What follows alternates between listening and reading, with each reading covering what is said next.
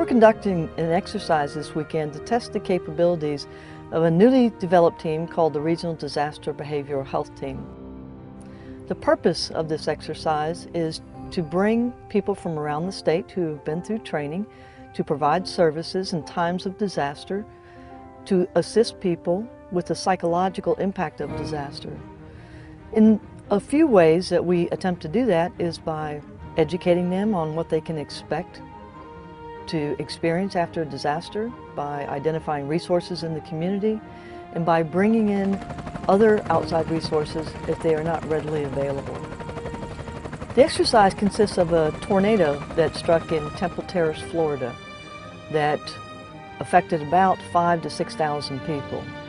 Apartment complexes located at the university and residents nearby within that community. There was a number of missing people, about 1,000, and a number of assumed dead people from the tornadoes. They were to come in and do an assessment of how the community was doing, how emergency services personnel were doing, how the CERT teams were functioning, and also the personnel in the EOC.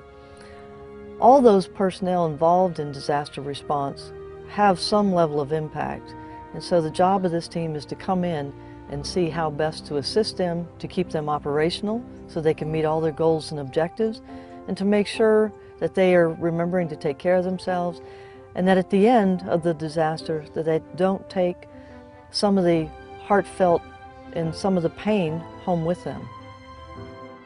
What we were testing while we were out here doing the drill was arrival, setup, contact with the local ESF 8 person who brought them in, requested their services, established a command post, an operational area to work out of, and then make contact with those agencies that requested assessments to be conducted of their personnel. My name's Richard Moore. I'm a planner with Volusia County, Florida Division of Emergency Management. I've been serving as the controller for the exercise and kind of the coordinator of the team members who are conducting the exercise. You know, you do an exercise really for two main reasons. One is a training opportunity for people to learn, and we certainly accomplished that here. People were allowed to actually perform the functions that they would do in a real activation.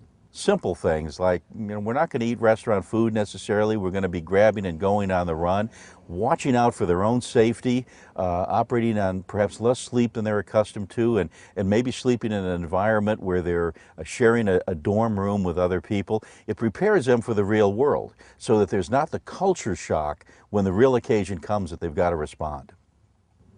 Another reason you have an exercise is to validate your protocols, validate the standard operating guidance or standard operating procedures that you use.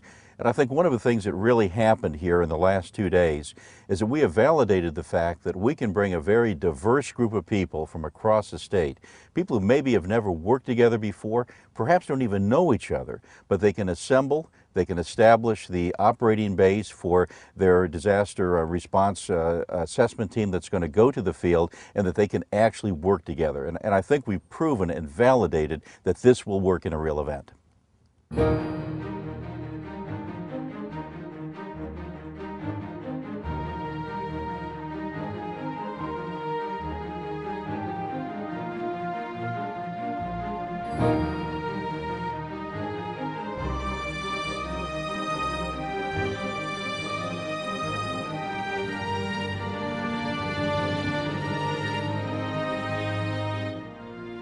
A few years ago, I guess it was 2004, people really started paying attention to this because of the 2004 hurricanes, then Katrina, and previous to that 9/11.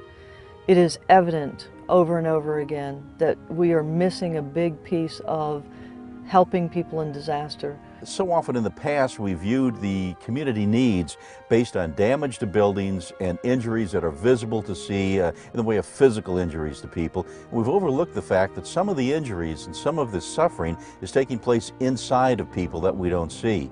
And those injuries, that hurting, if you will, is going to last far longer after the event than any physical injury, than any cut or bruise. And finally, I think as a society and as a government, we're really addressing that need.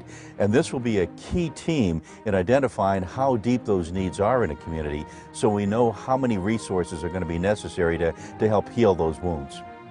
I think we may be one of the best kept secrets in Florida right now. And so emergency responders and emergency managers need to begin to know that we're here, know that this is an asset that they can call upon when there is a need. Without this exercise, people wouldn't have a clear grasp of how incident command, emergency management, and behavioral health all come together to provide these services. Department of Health has been at the forefront of getting this off the ground, and it is the first model of its kind in the U.S. that sets up a system within emergency management to send those resources out like you would request any other resources to come in from mutual aid to provide support to the overall disaster. The sooner we can get this integrated, the less the psychological casualties on the other side of disaster.